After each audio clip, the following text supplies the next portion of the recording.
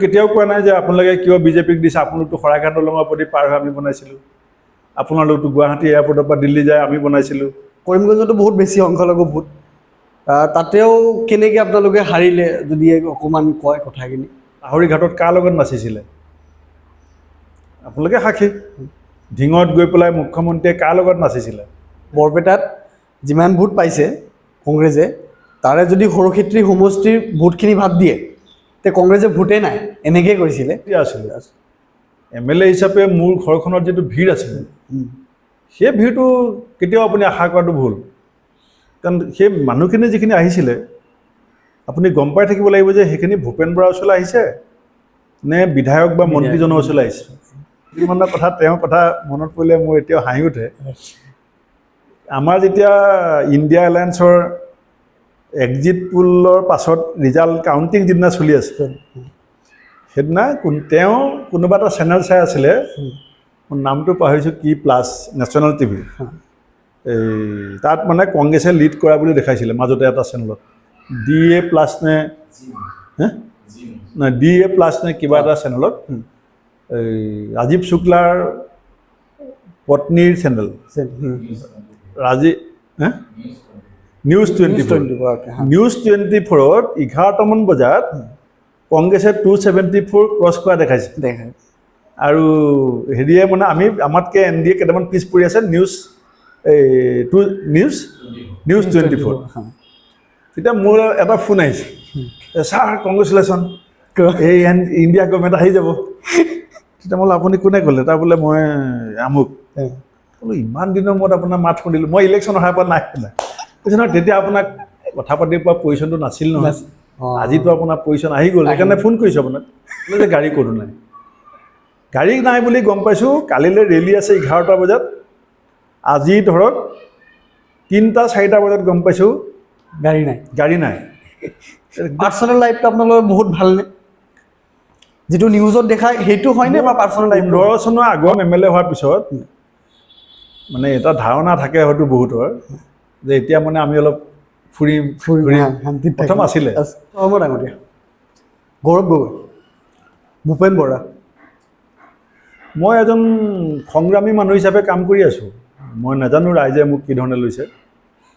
মই চেষ্টা কৰি আছোঁ দলটো ভাল কৰিবৰ কাৰণে। মই শুনিছোঁ বা বহুত দেখিছোঁ যে যিটো বস্তু আপুনি ক'তো নাপায় সেই বস্তুটো আপুনি কিতাপত পায়। কিতাপত আপোনাৰ জীৱনখন কিতাপটো নন পলিটিকেল পডকাষ্ট। ধন্যবাদ দাদা, ভালে আছে?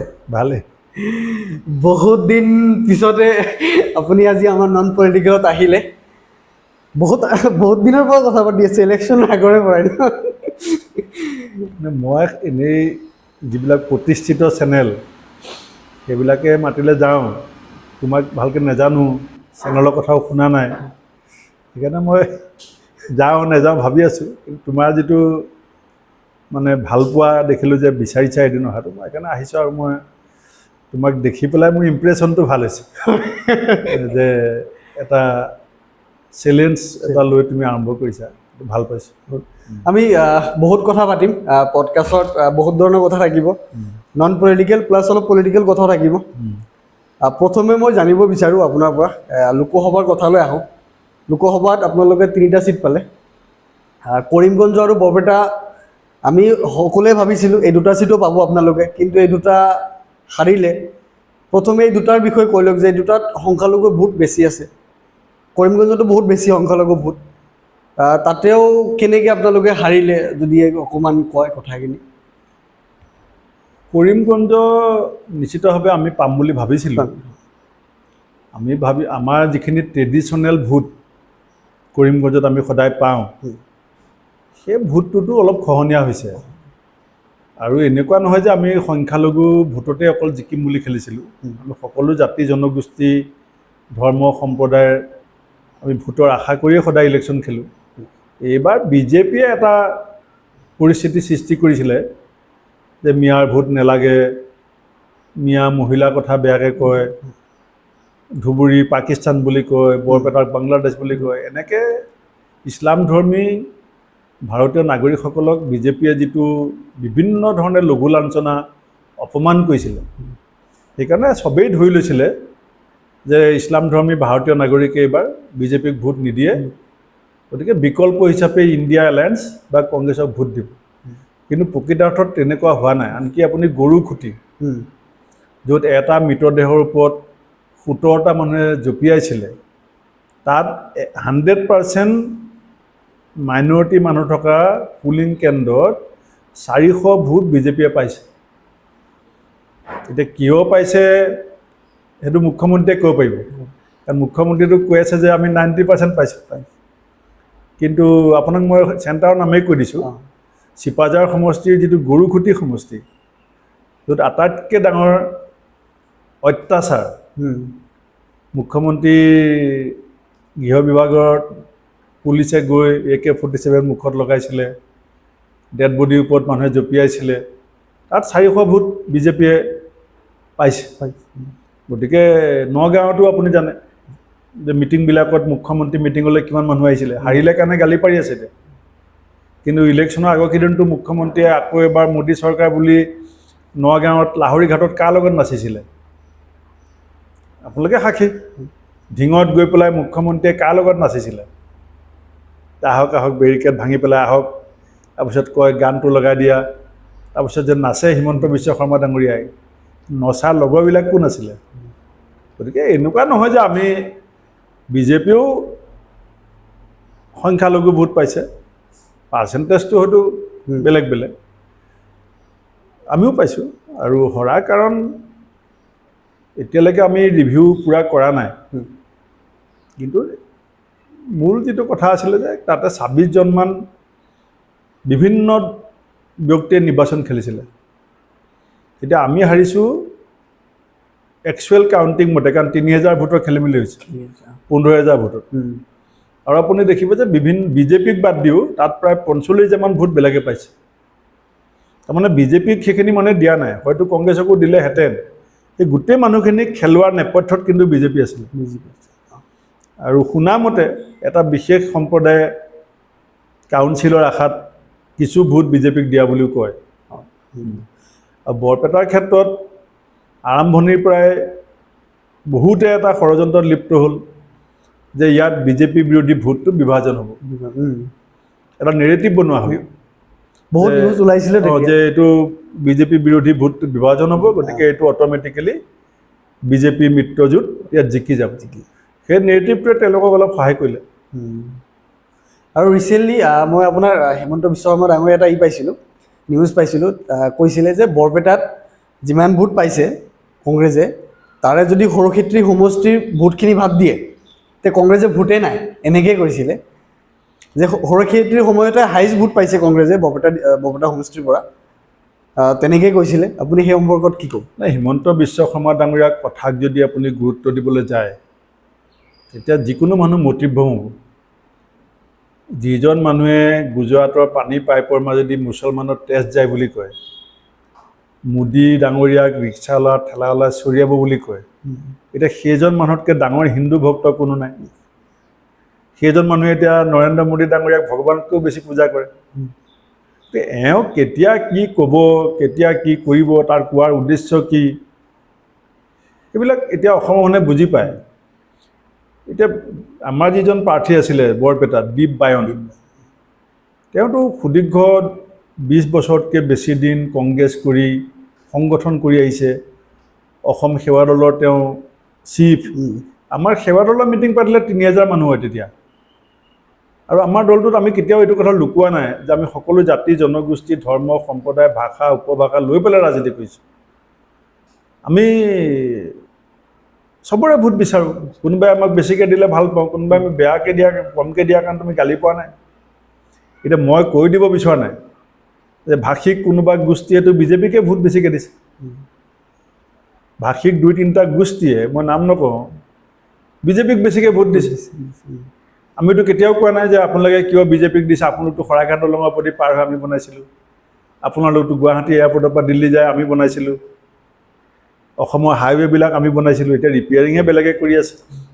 আমি কৈছোঁ নেকি যে আমি এইবিলাক কাম কৰিলোঁ, আপোনালোকে এইবিলাক ব্যৱহাৰ কৰে, ইয়াৰ পৰা আপোনালোক উপকৃত হৈছে, কিন্তু আপোনালোকে 90% ভোট বিজেপিক কিয় দিছে? আমি নাই কোৱা। এইটো গণতান্ত্ৰিক অধিকাৰ। গণতন্ত্ৰত ভোটটোৰ অধিকাৰ আপোনাৰ নিজৰ তাত কোনো অনুৰোধ কৰিব পৰা ক্ষমতা আছে ধমকি দি পেলাই ভাবুকি দি ব্লেকমেইলিং কৰি ভোট লোৱা হিমন্ত বিশ্ব শৰ্মা ডাঙৰীয়া যিটো কৌশল সেইটো ইতিমধ্যে মানুহে তেওঁক বুজাই দিছে আজি আশা কৰ্মীয়ে ৰাস্তাত মুখ্যমন্ত্ৰীক প্ৰশ্ন সোধে অংগনাবাদী কৰ্মীয়ে হিমন্ত বিশ্ব শৰ্মা ডাঙৰীয়াক টিভিত চেলেঞ্জ কৰে শিক্ষক আৰু মুখ্যমন্ত্ৰী কিমান পাৰ্থক্য শিক্ষকে মুখ্যমন্ত্ৰীক উভতি ধৰে আপুনি গতিকে তেওঁৰ যিটো গৰিমা মুখ্যমন্ত্ৰী পদবীটোৰ এই ধৰণৰ বেপৰুৱা কথা বতৰাৰ কাৰণে মুখ্যমন্ত্ৰী আসনখনৰ গৰিমা যথেষ্ট হ্ৰাস পাইছে আজিলৈকে অসমত এনেকুৱা কোনো শিক্ষক ওলোৱা নাছিলে যোনে তৰুণ গগৈ ডাঙৰীয়াক গোপীনাথ বৰদলৈ ডাঙৰীয়াক প্ৰশ্ন সুধিছিল আজি বাটে পথে আপুনি যিকোনো মানুহ পাব যোনে হিমন্ত বিশ্ব শৰ্মা ডাঙৰীয়াক প্ৰশ্ন সোধে আৰু তাৰ উত্তৰ নাই তেখেতক মই আপোনাক সোধোঁ আপুনি দুবাৰকৈ MLA আছিলে তাৰপিছত আপুনি হাৰিলে তো আপুনি মোক কওক সেই সময়ত 2 বছৰ 2 টাইমছ MLA থকাৰ সময়ত কেনেকুৱা ৰাইজৰ মৰম পাইছিলে তাৰপিছত আপুনি হাৰিলে হাৰাৰ পিছত ৰাইজৰ মৰম কেনেকুৱা পাইছিলে আপুনি যদি অকণমান জনায় আমাক পলিটিক্সত মানে ইলেকশ্যন খেলা মানুহৰ মৰমটো দুবিধ এটাতো ব্যক্তিগত সম্পৰ্ক ভাল পোৱা সেইটোতো মানুহৰ মাজত থাকিবই কিন্তু যদি মোৰ বিহপুৰীয়া সমষ্টিৰ হৰা জিকা সময়খিনিক আপুনি বিশ্লেষণ কৰে তেতিয়া ভোটৰ কথাটো আহিব বিহপুৰীয়া মোৰ জন্ম জেগা নাছিলে মই একচুৱেলি এতিয়া যিটো ৰঙানদী সমষ্টি হৈছে তাতে মোৰ জন্ম কিন্তু তাত সেই সময়ত দলৰ প্ৰভাৱশালী নেতা থকাৰ কাৰণে মোক টিকেট দিব নোৱাৰে আৰু দলে মোক এৰিবও নোৱাৰে সেইকাৰণে বিহপুৰীয়ালৈ মোক পঠাইছিলে আৰু বিহপুৰীয়াত মই প্ৰথমবাৰ গৈ 31,500 কেইটামান ভোট পাইছিলোঁ তাৰ পিছৰবাৰ মই 42,000 পাইছোঁ 31,000 পৰা 10,000 বাঢ়ি গৈছে 42,000 পাইছোঁ জিকিছোঁ এতিয়া মই যোৱাবাৰ হাৰিছোঁ কিন্তু মই 50,000 পাইছোঁ মানে ভোটৰ সংখ্যা বাঢ়িছে ভোটৰ বাঢ়িছে এতিয়া এইবাৰ MP ইলেকশ্যনত চাই 19 চনত MP ইলেকশ্যনত কংগ্ৰেছে বিহপুৰীয়াত 40,000 পাইছে এইবাৰ MP ইলেকশ্যনত বিহপুৰীয়াত 45,000 পাইছে আপুনি গতিকে মোৰ এতিয়া মই হৰাটোতো হৰাই কিন্তু যদি আপুনি কৈছে যে জনপ্ৰিয়তা কেনেকুৱা ৰাইজৰ লগত সম্পৰ্ক কেনেকুৱা সম্পৰ্কটো সংখ্যাগতভাৱেও যদি আপুনি চাই মোৰ কমা নাই মই পৰাজয় হৈছোঁ আগতকৈ 10,000 ভোট বেছিকৈ পাই পেলাই প্ৰথমবাৰতকৈ মোৰ 20,000 ভোট বাঢ়িছে 31 পৰা আহি 50ত হাৰিছোঁ গতিকে জনপ্ৰিয়তাটো মই কমিছে বুলি নাভাবোঁ কিন্তু সংখ্যাগতভাৱে আমাৰ তাত AGP BJP একলগ হ'লে প্ৰথম দুবাৰো যে মই জিকিছিলোঁ তেতিয়াও তেওঁলোকৰ ভোটটো ইমানেই হয় 60,000 হয় যেতিয়া মই 31,000 জিকিছিলোঁ তেতিয়াও AGP BJP মিলাই হ'লে মই নিজিকোঁ যেতিয়া মই 42,000 ভোট পাই জিকিছোঁ তেতিয়া তিনিকোণীয়া প্ৰতিদ্বন্দ্বিতা হয়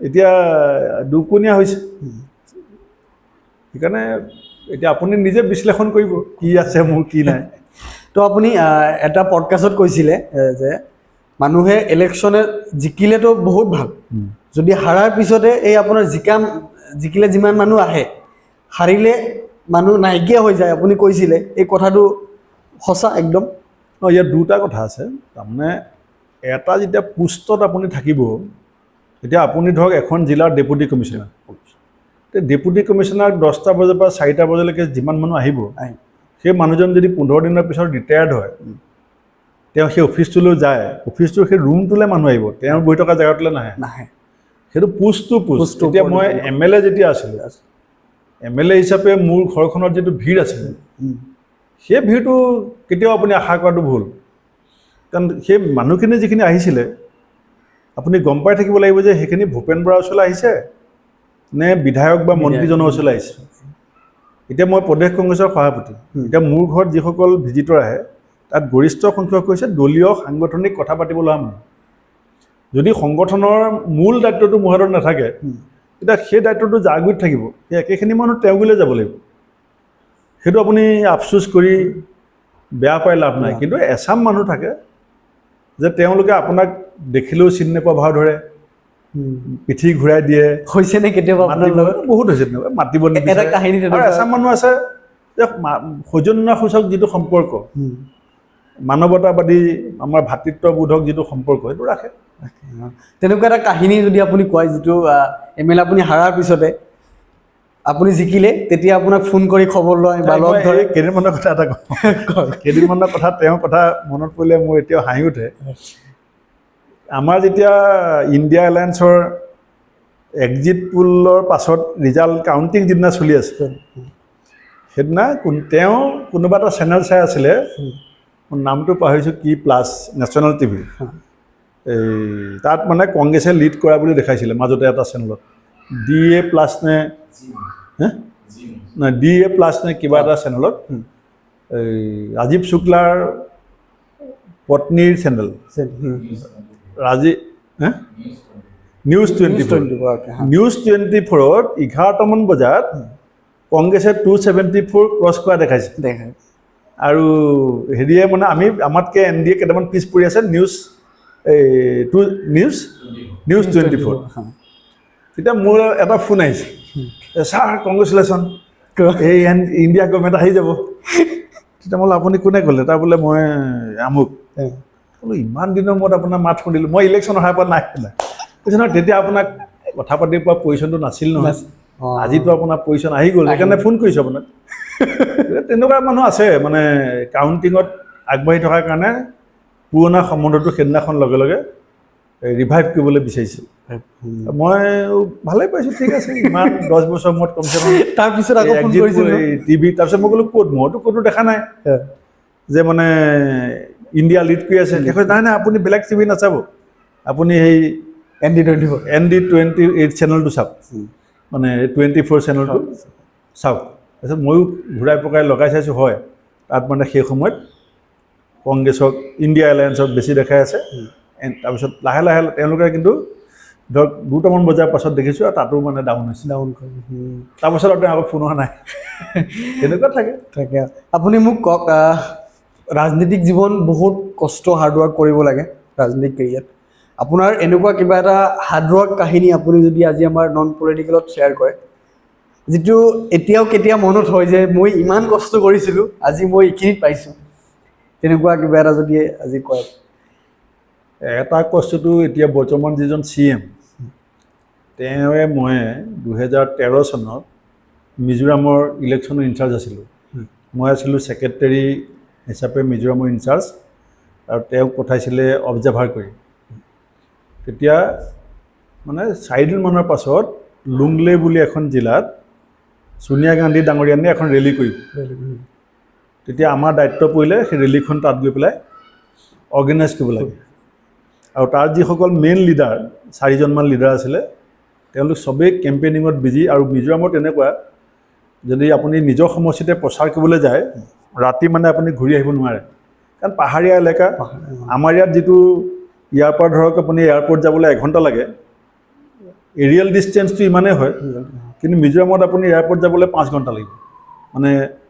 মানে ৰাস্তা আপুনি 3টা পাক মাৰোঁতে মূৰ দুটা দেখিয়ে থাকিব। আপুনি অলপ অলপ তেনেকুৱা চিম্বলিক মেঘালয়ত আছে, কিন্তু মেঘালয়তকৈ বহুত মানে এৰিয়েল ডিষ্টেঞ্চ য'ত 100 কিলোমিটাৰ, তাত বাই ৰোড আপোনাক মিনিমাম 8 ঘণ্টা লাগে, ইমান মানে ঘূৰি যাব লাগে। আৰু সেই সময়ত বাৰিষা আছিলে, লেণ্ডশ্লাইড হৈ থাকে, ৰাস্তা প্ৰায় ব্লক হয়। এতিয়া আমি গৈছিলোঁ লুংলেত, তেতিয়া কোনো লিডাৰ নাই আমাক ৰিচিভ কৰিবলৈ, কিন্তু আমাক জনোৱা হৈছিলে যে তাৰ PWD গেষ্ট হাউচত আপোনালোক থাকিব পাৰিব। গেষ্ট হাউচত যেতিয়া গৈছোঁ, চকীদাৰটো আচৰিত, কাৰণ সেই গেষ্ট হাউচত 10 বছৰ কোনো যোৱাই নাই। আৰু তলা খুলিবৰ কাৰণে মানে চাবি মামৰ চামৰ লাগি গ'ল, মৰিয়াই মেলি তলা যোৱাই নাই কোনো। তেওঁ চকীদাৰ কৰে, কিন্তু কোনো কেতিয়াও, কাৰণ লুংলেত গৈ কোনো গেষ্ট হাউচত নাথাকে। তাৰপিছত গৈছোঁ, বিচনা চাদৰ কিমান বছৰ আগত পাইছিলে ঠিক নাই, আমি গৈ পাওঁতে ৰাতি 12টামান বাজিছে। মানে বিচনাবিলাকৰ ওপৰত এটা ধূলিৰ চবতে লেয়াৰ পৰি আছে। এতিয়া যিজন CM অসমৰ, তেওঁ গৈ চিধা আৰু শুই গ'ল। মই এনেকৈ শুব নোৱাৰোঁ। মই ৰাতি চকীদাৰক মাতি আনিলোঁ যে এইটো কেনেকুৱা গেষ্ট হাউচ, এনেকৈ হাত দিলেই মানে ধূলি উৰে, বাল্টিঙত মানে একদম লেতেৰা, টাৱেলৰ কোনো অৱস্থা নাই। এতিয়া চকীদাৰজনক ক'লোঁ দোকান পাব নেকি? তাৰপিছত দোকান বিচাৰি ৰাতি খোলাই পেলাই দোকানী ঘৰৰ পৰা বজৰুৱা টাইপৰ দোকান আৰু সৰু যে চেণ্টাৰ থাকে, খোলাই আমি ৰাতি বেড কভাৰ 2খন, গাৰুৱাৰ 2টা, বাল্টিং এটা, মগ 3, এনেকৈ যিকেইটা বস্তু চাবোন, য'ত গেষ্ট হাউচত যিখিনি সুবিধা লাগে সেইখিনি ৰাতি খুব কম দামী বস্তু আছিলে এইবিলাক, পইচা বেছি নাযায় কাৰণ দোকানখনো তেনেকুৱা ৰেঞ্জৰে। সেই বস্তু কিনি আনি ৰাতি মই আগতে মোৰখন বিচনা ঠিক কৰি হিমন্ত বিশ্ব শৰ্মাক কৈছোঁ যে আপুনি এইখন লৈ যাওক, এইখন মই ঠিক কৰোঁ। এইখন ঠিক কৰিছোঁ, আমি তেনেকৈ তাত 3-4 দিন থাকি তাত আমি ছোনিয়া গান্ধী ডাঙৰীয়াৰ ৰেলী পাতিছিলোঁ। তেনেকৈ এবাৰ ইয়াত আপোনাৰ উইলিয়াম নগৰত এছেম্বলি ইলেকশ্যনত ৰাহুল গান্ধী ডাঙৰীয়াৰ ৰেলী এখন ঠিক হ'ল। ৰেলীখনত মানে ধৰক মই এনেই অনুমানত কৈছোঁ তাৰিখবিলাক, 4 তাৰিখে ভোট আছে, 3 তাৰিখে কেম্পেইনিং বন্ধ থাকে। ৰাহুল গান্ধীৰ ৰেলীখন 2 তাৰিখে। ইলেকশ্যন কমিশ্যনে কি কৰে, 2 তাৰিখে গাড়ীবিলাক বুক কৰে, মানে এই ইলেকশ্যনৰ ডিউটিৰ কাৰণে।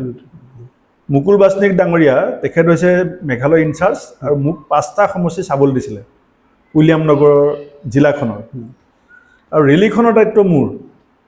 পইচা পাতি অসুবিধা নাই, কিন্তু হঠাৎ যেতিয়া যিমান লোকেল মানুহ আহিব চবকে ক'লে যে আপোনালোকে গাড়ীবিলাক ঠিক কৰক, পইচা পাতি আমি আপোনালোকেও অলপ কৰিব, আমিও অলপ কৰিম। পইচা প্ৰব্লেমটো হোৱা নাই, ক'লে যে গাড়ী ক'তো নাই। গাড়ী নাই বুলি গম পাইছোঁ কালিলৈ ৰেলী আছে 11টা বজাত, আজি ধৰক 3টা-4টা বজাত গম পাইছোঁ গাড়ী নাই। একদমতো ৰাহুল গান্ধীক ফোন কৰি ক'ব নোৱাৰোঁ, তেতিয়া ৰাহুল গান্ধী ডাঙৰীয়া AICC ভাইচ প্ৰেচিডেণ্ট, আৰু তেওঁ অফিচৰ পৰা মোৰ লগত ডাইৰেক্ট কথা পাতিছে, মানুহ কিমান হ'ব, মিটিং আয়োজন কেনেকুৱা, বোলো চব ঠিক আছে, চব ঠিক আছে। চব ঠিক আছে কেলৈ, আমি ইনষ্ট্ৰাকশ্যন দি দিছোঁ যে জিলা কংগ্ৰেছে আপুনি 100খন গাড়ী আনিব, আপুনি 50খন গাড়ী আনিব, আপোনাৰ 20খন গাড়ী, হিচাপ দিয়ক খৰচ কিমান হ'ব। তেওঁলোকে কৈছে আমি গাড়ী চাড়ী বন্দবস্ত কৰি পেলাই হিচাপ দিম। মানুহ ৰেডি আছে আহিবলৈ, কিন্তু ক'তো এখন মেঘালয়ত এনেও গাড়ী বহুত বেছি নহয়, চব গাড়ী ইলেকশ্যন কমিশ্যনে বুক কৰি ল'লোঁ। আমি ইলেকশ্যন কমিশ্যনত গৈ কথা পাতিলোঁ, তেতিয়া ভাবি পোৱা নাই কি কৰিম। তেতিয়া মই এইটো কথা আজি আপুনি সোধাৰ কাৰণে তৰুণ গগৈ ছাৰক ফোন কৰিলোঁ। ছাৰ তেতিয়া চিফ মিনিষ্টাৰ, মই গৃহ বিভাগৰ সংসদীয় সচিব আৰু AICC ছেক্ৰেটেৰী হৈ আছোঁ। তেতিয়া যে ছাৰ বহুত ডাঙৰ বিপদ হৈ গ'ল, এতিয়া ৰেলী পাতিব নোৱাৰোঁ, আপুনি ৰাহুল গান্ধী ছাৰক কৈ দিব নেকি আহিব নালাগে বুলি। তেওঁ কৈছে তোমাৰতো খতম হৈ যাবা, তুমি যদি এখন ৰেলী মেঘালয়ত পাতি দিব নোৱাৰা, দায়িত্ব লৈছিলা কিয়? আৰু তুমি কালিলৈ ৰেলী, আজিলৈকে গাড়ী বন্দবস্ত কৰিবলৈ কেলৈ ৰৈ আছা? আগতেতো আমি এনেকৈয়ে কৰোঁ, আমি আগদিনাখন পইচা দিওঁ। এতিয়া আমিতো নাজানো যে ইলেকশ্যন কমিশ্যনে চব, ইলেকশ্যন কমিশ্যনৰ গাড়ীবিলাকত লগাই দিলে আপোনাৰ ইলেকশ্যন ডিউটি বুলি ষ্টাম্প মাৰি নটিছ লগাই দিলে, কোনো ড্ৰাইভাৰৰ সাহস নাই, গাড়ী জমা কৰিবলৈ দিছে 4টা বজাত। মানে যিদিনাখন আমাৰ ৰেলী সেইদিনাখন বিফ'ৰ 4 PM গাড়ী জমা কৰিব লাগিব, কিন্তু আমাৰ ৰেলীলৈ আহিলে সিহঁতি গৈ নাপায় কেলৈ, আমাৰ ৰেলী হ'ব 11টা বজাত, গতিকে ভাগিব ধৰক 1টা বজাত, তাৰপিছত মানুহ ঘৰত থ'বগৈ লাগিব, এতিয়া সিহঁতি নোৱাৰে। তেতিয়া গগৈ ছাৰে ক'লে যি হ'ব হ'ব, তুমি এটা কাম কৰা, তুমি গোৱালপাৰা, কামৰূপ এইবিলাকত আহি গাড়ী লৈ পেলাই তুমি ৰেলী পাতা। আমি আহি ইয়াত বিভিন্ন ধৰণে একেবাৰে জালুকবাৰীৰ পৰা আৰম্ভ কৰি মানে নিজেই মই ঘূৰি ঘূৰি ইয়াৰ পৰা আমি গাড়ীবিলাক লৈ গৈ গোৱালপাৰা জিলাত, আৰু বহুত মানুহে সেই সময়ত অসমৰ কংগ্ৰেছৰ লিডাৰ 2-4জন চিনাকি বিষয়া, তেওঁলোকে অলপ সহায় কৰিছে। ইয়াৰ পৰা আমি 400 কুইজাৰ উইনজাৰ নি ৰাতি 3টা-4টা বজাত সেই গাড়ীবিলাক আমি মানে এজেগাত গোট খুৱাইছোঁ।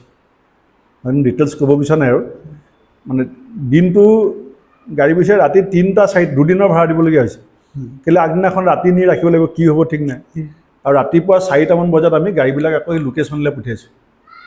পঠিয়াই 11 বজাত যেতিয়া ৰেলী হৈ গ'ল, তেতিয়া ৰেলী হোৱাৰ পিছত যেতিয়া হেলিকপ্টাৰলৈ আমি খোজকাঢ়ি গৈ আছোঁ, তেতিয়া মানে মুকুল বাছনিক ডাঙৰীয়াই গোটেই কাহিনীটো ৰাহুল গান্ধী ডাঙৰীয়াক ক'লে, এনেকৈ ক'লে যে মানে এনেকৈ আমি ভূপেনে ৰেলী পাতিছে, মানে এনেকৈ আমি কাম কৰিছোঁ ৰিস্ক লৈ পেলাই। আপুনি কওক, আপুনি অলপ আগতেও ক'লে হিমন্ত বিশ্ব শৰ্মা ডাঙৰীয়া বহুত ক্ল'জ আছিলে আপোনালোক। ক্ল'জ নহয়, এইটো সেই কথাটো বেলেগ এটা, দায়িত্ব আছিলে। তেওঁক পঠিয়াইছিলে ফাণ্ডৰ ছাইডটো চাবৰ কাৰণে, মোৰ দায়িত্ব আছিলে অৰ্গেনাইজেশ্যন। মই টকা পইচাটো মই এৰেঞ্জ নাই কৰা মিজোৰাম। কিন্তু এটা দলতে বহুত ভালকৈ কৰি আছিলে কাম। কৰিছে কাম। কিন্তু তাৰপিছত এতিয়া দুজনৰ দলটো বেলেগ বেলেগ হৈ গ'ল। এতিয়া নিউজত চালেই দুজনৰ বিষয়ে কিবা কিবি কৈ থাকে। আৰু মই সুধিব বিচাৰোঁ যে পাৰ্চনেল লাইফটো আপোনালোকৰ বহুত ভালনে? যিটো নিউজত দেখায় সেইটো হয়নে বা পাৰ্চনেল লাইফ? 15 চনৰ আগত দলৰ দুজন সতীৰ্থৰ যিটো সম্বন্ধ থাকে সেইটো আছিলে। 15 চনৰ পাছত এই ব্যক্তিগত আৰু ৰাজনৈতিক একো সম্পৰ্ক নাই। আজিলৈ কেতিয়া ফোন কৰিছেনে? নাই কৰা। 15 চনৰ পাছত নাই।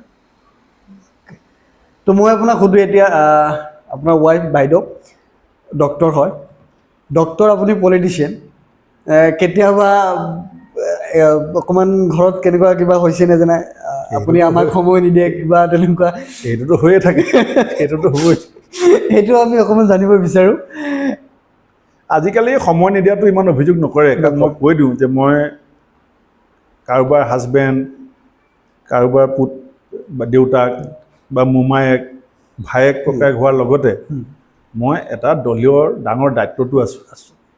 গতিকে কিবা পাবলৈ হ'লেতো কিবা অলপ হেৰুৱাব লাগিব। সেইকাৰণে মই এটা কথাত মই ফেমিলিৰ ওচৰত কৃতজ্ঞ। অন্য কথাত আমাৰ খুটখাটটো লাগে, এইটো মিছা কথা কৈ লাভ নাই। কিন্তু এই সময় লৈ পেলাই মোৰ পৰিয়ালত মোৰ ল'ৰাৰ কথাই কওক, মোৰ পৰিবাৰৰ কথাই কওক, এইটো আক্ষেপ কেতিয়াও নাই কৰা যে আপুনি আমাক সময় নিদিয়ে। সেইটো মানে মানি ল'লে যে যদি আমাক সময় দিয়ে তেতিয়াহ'লে দলৰ ক্ষতি হ'ব বা ৰাইজৰ ক্ষতি হ'ব, এইটো মানে মানি লৈছে। ধৰক কেতিয়াবা আপোনালোকৰ ফেমিলি গোটেইকেইটা ওলাই গৈছে একেলগতে, সেইখিনি সময়ত আপোনাৰ অনুৰাগী বা আপোনাৰ দলৰ মানুহ ফোন কৰিছে বা লগ ধৰিছে, আপুনি বৌক বা ল'ৰাক থৈ কিনে আপুনি সিহঁতৰ লগত কথা পাতি আছে, হৈছেনে তেনেকুৱা কাহিনী? কেতিয়াবা হয়। ধৰক মই 7টা বজাত ক'ৰবাত ওলাই যাম বুলি ক'লোঁ ৱাইফৰ লগত, এটা কিবা নিমন্ত্ৰণ আছে, এইটো প্ৰায়ে হয়। তেওঁ গাড়ীত বহিছে কিন্তু মোৰ 3জন ভিজিটৰ আহি গ'ল। মানে গাড়ী ষ্টাৰ্টিঙত AC লগাই বহি থাকে, মই আধা ঘণ্টা চলিম কথাবোৰ, তাৰপিছত মোক আহি চিকিউৰিটিয়ে বা ড্ৰাইভাৰে কয় যে বাইদেৱে সুধিছে যাব নাযায়। তেতিয়া আলহীবিলাকে মোক কয় হ'ব আপুনি যাওক যাওক। কেলৈ মোৰ দিগদাৰ, ধৰক এজন মানুহ আহিছে ধুবুৰীৰ পৰা, এজন মানুহ আহিছে ডিব্ৰুগড়ৰ পৰা, ময়ো যাব লাগে এফালে, কিন্তু ডিব্ৰুগড়ৰ পৰা অহা মানুহজনৰ ৰাতি নাইট ছুপাৰ আছে। গতিকে আপুনি ধৰ্ম সংকট হয়, কিন্তু সেইটো ক্ষেত্ৰত চলি আছোঁ আৰু তেনেকুৱা অসুবিধা হৈ থাকে। পিছত কিবা গালি চালি দিয়েনে? অকণমান জানিব লাগিব। এইটো অভ্যস্ত হৈছে। প্ৰথমৰ কথা কৈছোঁ, 2006 প্ৰথম MLA হোৱাৰ পিছত মানে এটা ধাৰণা থাকে হয়তো বহুতৰ যে এতিয়া মানে আমি অলপ ফুৰিম প্ৰথম আছিলে। কিন্তু এবছৰ দুবছৰমান যোৱাৰ পাছত মই যেতিয়া সেই কথাটোৰ কাৰণে অলপ আমাৰ মাজত যে সময় নাপাওঁ, প্ৰথম 6-7 চনত এইটো হৈছিল অলপ, তেতিয়া মই কৈ দিলোঁ যে মই যদি সময় পৰিয়ালক দিওঁ তেতিয়া সমষ্টিটো তেতিয়া দিনতে 31,000 ভোট পাইছোঁ।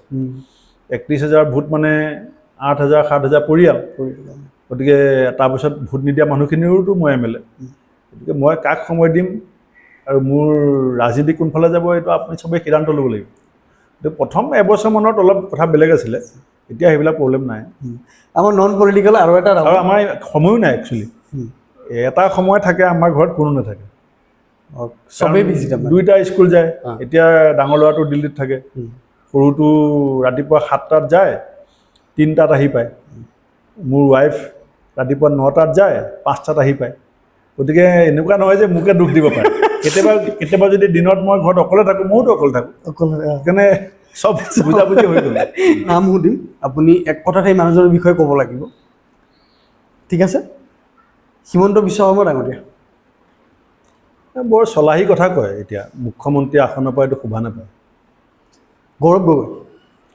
গৌৰৱ গগৈ এতিয়া অসমৰ এজন শক্তিশালী জনপ্ৰতিনিধি হ'বলৈ আৰম্ভ কৰিছে, আৰু ৰাইজে যোৰহাটৰ মানুহে যিটো আশা, মই ভাবোঁ যে সেই আশা 100% পূৰণ কৰিব। ভূপেন বৰা মই এজন সংগ্ৰামী মানুহ হিচাপে কাম কৰি আছোঁ। মই নাজানো ৰাইজে মোক কি ধৰণে লৈছে, মই চেষ্টা কৰি আছোঁ দলটো ভাল কৰিবৰ কাৰণে। নৰেন্দ্ৰ মোদী ডাঙৰীয়া মই পুৰণা কথা চব বাদ দিলোঁ। এই দুদিনত তেখেতে যিটো কৈছিলে যে বিৰোধীৰ লগত সহযোগিতা আৰু বুজাবুজি মাজেদি দেশ চলাম, সেইটো এই লোকসভাৰ অধ্যক্ষ আৰু উপাধ্যক্ষৰ কথাটোত কিন্তু তেওঁ কথাটো ৰাখিব নোৱাৰিলে। মানে তৃতীয়বাৰ নিজৰ জনপ্ৰিয়তা হ্ৰাস পোৱাৰ পিছত যিটো পৰিৱৰ্তন আমি আশা কৰিছিলোঁ বা ৰাইজে আশা কৰিছিলে সেইটো আমি দেখা পোৱা নাই।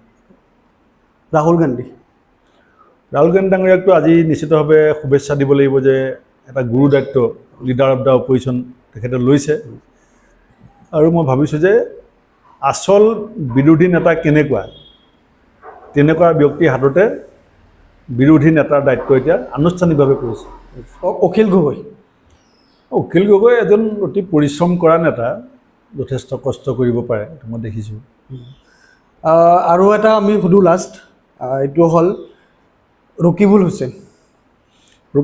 এতিয়া ইণ্ডিয়াত ফেমাছ হৈ গ'ল, 10 লাখ ভোটত জিকিছে।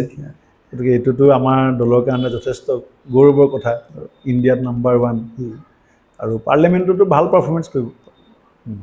মই ফেচবুক চাওঁতে এজন মানুহৰ এটা লিখা চাইছিলোঁ যে কংগ্ৰেছ চৰকাৰ হ'লে ভূপেন বৰা CM হ'ব নে গৌৰৱ গগৈ CM হ'ব, এই কথাটো লিখিছিলে। মই আপোনাৰ পৰা সুধোঁ কোনে হ'ব?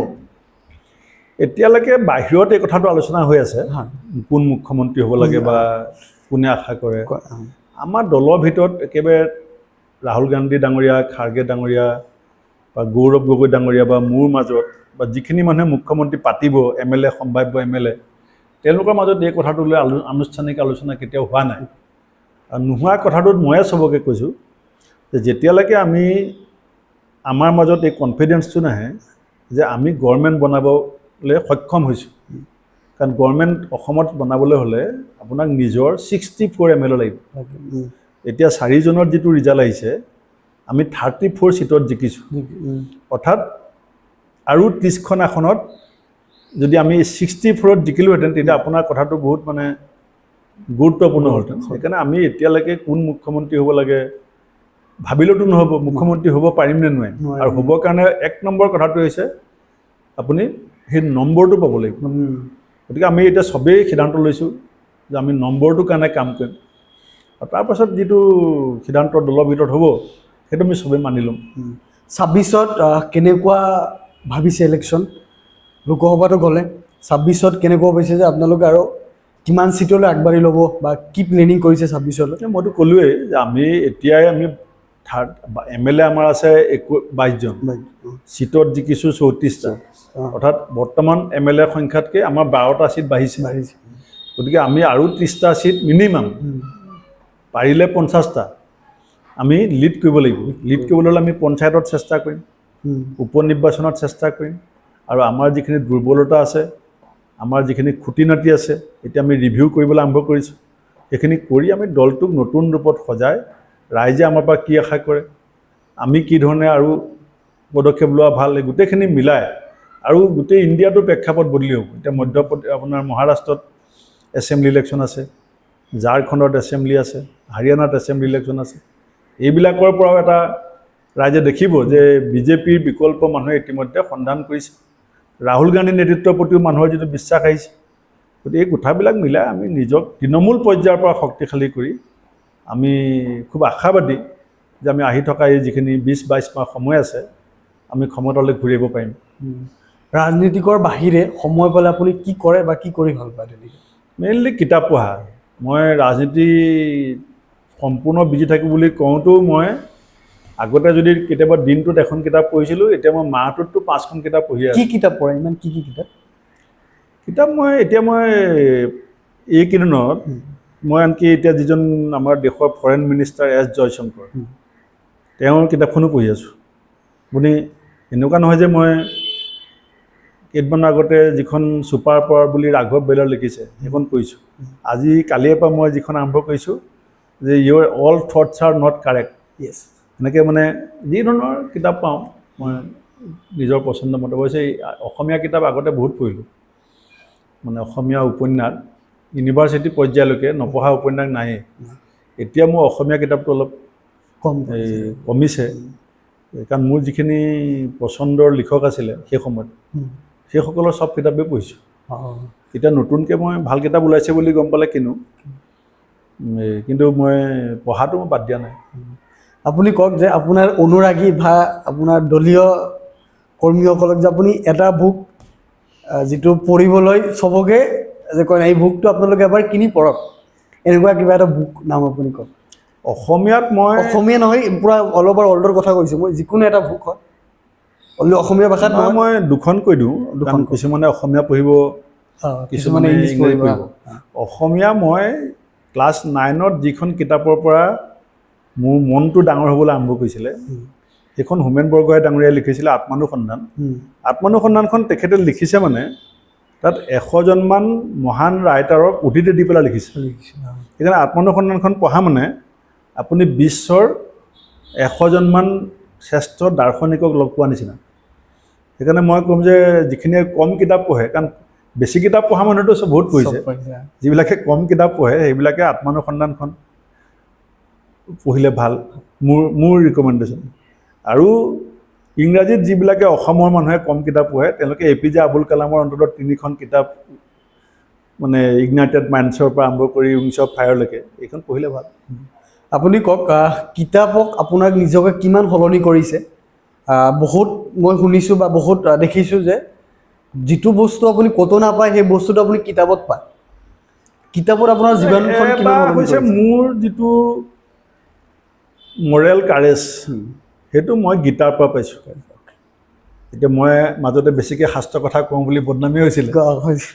ৰামায়ণ মহাভাৰত তেতিয়া বেছিকৈ পঢ়িছিলে চাগে অলপ। কীৰ্তন, আমাৰ ঘৰত সেই তেতিয়া কিতাপেই নাছিলে, তেতিয়া আমাৰ ঘৰত সেইকেইখনেই আছিলে। যেতিয়া মই স্কুলৰ ছাত্ৰ, তেতিয়া আমাৰ ঘৰত এই শাস্ত্ৰীয় ধৰ্মীয় কিতাপবিলাক আছিলে পঢ়িবৰ কাৰণে, গতিকে তাৰ পৰা আৰম্ভ হ'ল। আৰু আজৰি সময়ত সেইখিনি বুজি নাপালে ককাক পঢ়িবলৈ দিলোঁ, মোৰ ককা দেউতাই পঢ়ি দিছিলে আৰু অৰ্থ ভাঙি দিছিলে। আমাৰ ঘৰত এটা এনেকুৱা আপোনাৰ এই ৰুমটোৰ নিচিনা সৰু নামঘৰ আছিলে, তাত আমি কঠত বহি পেলাই ৰামায়ণ মহাভাৰত, গীতা, পুৰাণ, আপোনাৰ কীৰ্তন, দশম, এইবিলাক আমি পঢ়িবলৈ সুযোগ পালোঁ। সেইকাৰণে মোৰ বহুত শ্লোক এতিয়া মুখস্থ আছে। কেলৈ ককাই গাবলৈ কয়, তই গাই যা, মই তোক অৰ্থটো কৈ যাম। এনেকৈ ককাৰ মোৰ মাজত যিটো ককা নাতিৰ যিটো সম্পৰ্ক, সেইটো আমাৰ আছিলে শাস্ত্ৰৰ মাজত। আৰু ককাই মানে মোক ফ্ৰেণ্ডৰ নিচিনা, মানে মোৰ ককাও বোৰ হৈ যায়, মই স্কুলৰ পৰা কেতিয়া আহি পাম ককাই চাই থাকে। গতিকে মোৰ স্পৰ্টছত মোৰ মানে একদম কম আছিলে। খেলা ধূলা মোৰ লগৰ ল'ৰা ছোৱালীবিলাকৰ লগত একদম নাছিলেই। বেছিভাগ সময় ককাৰ লগত সেই পঢ়া শুনাত আছিলে। তাৰপিছত তেতিয়াৰ দিনত আমাৰ ঘৰলৈ জনমভূমিখন আহে। জনমভূমি তেতিয়া মই এডভাৰটাইজমেণ্ট প্ৰতিবাৰে ইডিটৰ নামটোলৈকে পঢ়োঁ, কেলৈ পঢ়ি শেষ হৈ যায়। মানে পেপাৰ ইমূৰৰ পৰা মই মাজত ধৰি নপঢ়োঁ, একদম প্ৰথমতে পেপাৰৰ নাম, তাৰপিছত প্ৰিণ্টিং প্ৰেছৰ নাম কি, চব পঢ়োঁ, যিমান এড আছে, কাৰণ সময় ধেৰ, এখনেই পেপাৰ আহে। তাৰপিছত আছাম ট্ৰিবিউন অনা কৰিলে দেউতাই, যাতে অলপ আমাৰ ঘৰত আৰু অলপ পৰিৱেশ হয়। আৰু প্ৰান্তিক, এই চন্দ্ৰনাথ শইকীয়াদেৱৰ আছিলে গৰিয়সী, সেই ধৰণৰ আৰম্ভ কৰিছিলোঁ। পিছত এজন তাতে ছাব ইনস্পেক্টৰ, আমাৰ ঘৰৰ ওচৰত এখন চিলনী বাৰীৰ পুলিচ আউটপোষ্ট এটা আছিলে, তাতে এজন এই পুলিচ ইনস্পেক্টৰ আছিলে গোবিন্দ চহৰীয়া, আমাৰ ঘৰৰ লগত খুব ভাল সম্বন্ধ। তেখেতৰ ঘৰত এদিন মাৰ লগত গৈছিলোঁ, যাওঁতে দেখিছোঁ তেখেতৰ ঘৰত মানে সৰু এটা আলমাৰীত কিতাপ একদম ফুল হৈ আছে। এতিয়া মই কিতাপবিলাক চাই থাকোঁতে তেখেতে ক'লে, পঢ়িবি নেকি? মই বোলো পঢ়িবলৈ মন আছে। কৈছে, তই 5খন লৈ যা, পঢ়ি পেলাই দি যদি পঢ় আকৌ লৈ যাবি। এই মোৰ সেইটো মানে সেই আলমাৰীটোত প্ৰায় 100-150মান কিতাপ আছিলে। মই সেইখিনি কিতাপ প্ৰথম পঢ়িছোঁ। পঢ়োঁতে তাতে আত্মানুসন্ধানখন আছিলে। সেই তেতিয়া মই দেখিলোঁ যে নাই, কিতাপ পঢ়িলে। আৰু এতিয়া মই কি লাভ হৈছে কি লাভ নাই হোৱা সেইটোলৈ মই চোৱা নাই, কিন্তু মই নিজক মানে বিভিন্ন পৰিস্থিতিত, কিমান হতাশজনক পৰিস্থিতি, কিমান আক্ৰমণাত্মক পৰিস্থিতি, এই সময়বিলাকত মই পূৰ্ণ হৈ থাকিব পৰা যিটো মোৰ এনাৰ্জি, সেইটো মই ভাবোঁ যে মই এই কিতাপবিলাক পঢ়ি নথকা হ'লে আজি থাকিলে মই এনেকৈ, এতিয়া মই 3বাৰ ইলেকশ্যন হাৰিছোঁ, কিমান মোক উপহাস কৰে, ঠাট্টা মস্কৰা কৰে, হৈয়ে থাকে, কিমান মোক কৰে, কিন্তু মই এইবিলাকে মোক চুবগৈ নোৱাৰে। কেলৈ? সেই অধ্যয়নটোৱে মোক এটা শক্তি শক্তিশালী কৰি ৰাখিছে, যিটো মানে আত্মিক শক্তি যিটো মোৰ, সেইটো মোৰ আছে। মই আনক কি দিব পাৰিছোঁ নাজানো, কিন্তু মোৰ নিজে সেই অধ্যয়নৰ পৰা যথেষ্ট এটা আত্মিক শক্তি পাইছোঁ, যিটো কাৰণে মই হতাশ নহওঁ, ভাগি নপৰোঁ, আৰু মোৰ উইল পাৱাৰটো কেতিয়াও আঘাত আনিবলৈ নিদিওঁ। মোৰ যিটো ইচ্ছা শক্তি, তাক মই সদায় ধৰি ৰাখিছোঁ। সেইকাৰণে কৈছিলে যে মানুহে বেষ্ট ফ্ৰেণ্ড কিতাপৰ লগত বনাব লাগে। সেই কিতাপ আপোনাক বহুত কিবা দিয়ে।